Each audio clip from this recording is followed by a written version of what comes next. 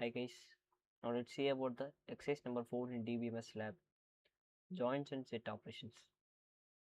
The aim of this experiment is to execute SQL queries using joins and set operations to retrieve data from multiple tables and combine results from different queries.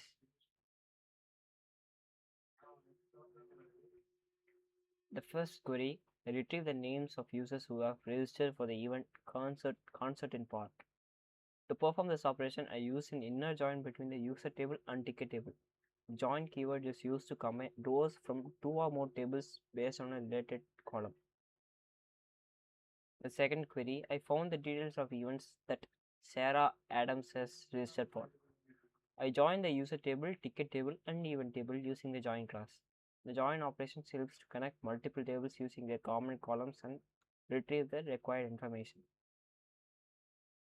The third query listed the events that do not have any registered participants. I used the left join. Left join keyword returns all records from the left table and matching records from the right table. If there is no match, the result will contain null values. In the fourth query, I retrieve the names of users and the events they have registered for along with the event dates. I use the join class, combine the user ticket and event tables. This allowed me to display information from multiple tables in a single result. In the fifth query, I found the names of users who registered for events on or after September 1st, 2023. I used the join along with the where condition to filter events based on the date. The where class is used to apply conditions to retrieve specific records. In the sixth query, I retrieved the names of users who booked tickets for the event's movie night.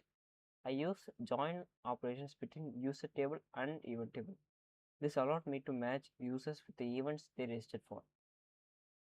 In the seventh query, I display the event name, username, and seat number for all booked tickets. I use join operations between ticket, event, and user tables. This helped me retrieve related information from multiple tables. In the eighth query, I found the users who have not booked any tickets. To perform this operation, I use a left join with a condition to find null values. This query identifies users who existed in the user tables but do not have any matching records. The ninth query, I performed a left outer join to retrieve event details along with the venue information. The left outer join returns all records from the event table and the matching records from the venue table.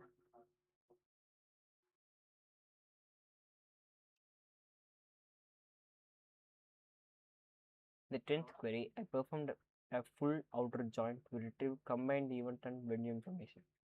The full outer join returns all records from the both tables and matches them when possible. If there is no match, null values will be shown.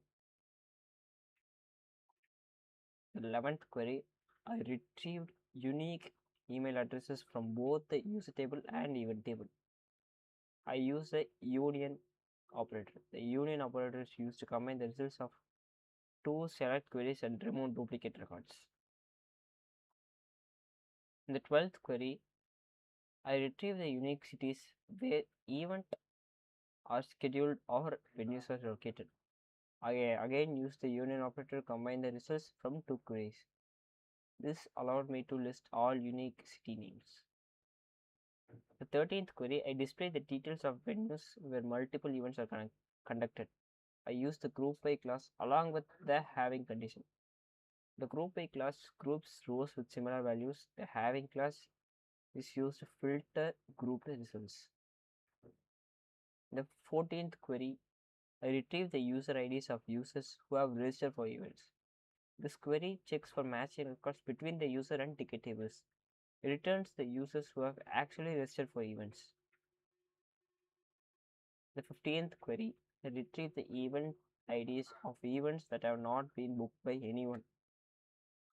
This was done by checking for events that do not appear in the ticket table. This helps me identify events with no reservations. Thank you.